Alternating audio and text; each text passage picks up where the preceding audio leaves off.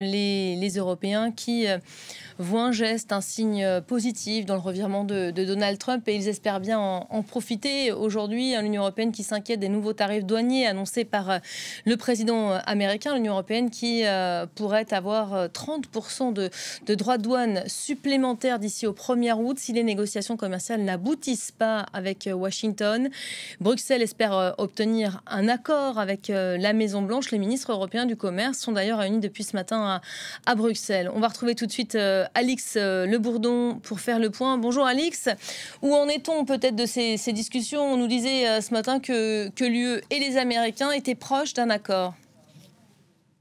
Oui, et en tout cas, la lettre de Donald Trump publiée ce week-end a jeté un froid dans ces négociations commerciales entre l'Union européenne et les États-Unis. Malgré tout, la présidente de la Commission européenne, l'Allemande Ursula von der Leyen, a laissé la porte ouverte à une solution négociée. Elle a notamment annoncé prolonger la suspension des contre-mesures européennes en réponse aux droits de douane sur l'acier et l'aluminium, suspension qui devait prendre fin cette nuit. Mais d'un autre côté, on sent aussi que la patience des Européens est en train de s'amenuiser. On l'a senti dans les propos du commissaire européen au commerce Maroš Šefčovič qui estime que cette incertitude ne peut pas durer indéfiniment. Des propos appuyés ce matin à son arrivée à Bruxelles par le ministre français du commerce extérieur qui estime que cette situation doit amener les Européens à changer de méthode. Alors on sait que la France est d'avis d'employer la manière forte dans ces négociations commerciales. Les ministres européens du commerce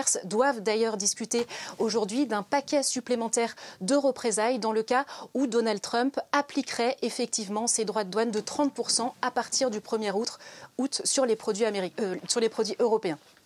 Alix, on sait que les économies au sein de l'UE ne sont pas de la même manière exposées selon un pays ou un autre. Résultat, est-ce que les 27 peuvent parler d'une même voix sur ce dossier ?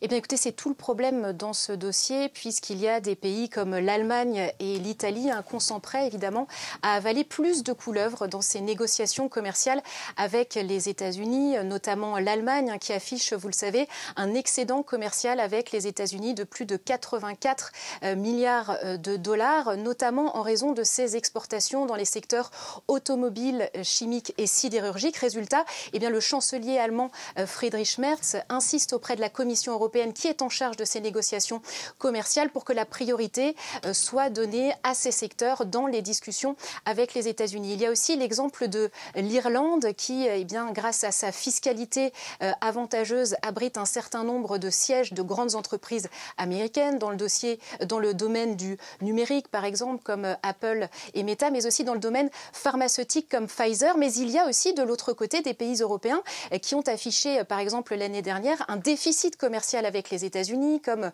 les Pays-Bas, la Pologne ou l'Espagne. Il y a donc, vous l'avez dit, une multitude de situations qui rendent la riposte européenne délicate à mettre en place.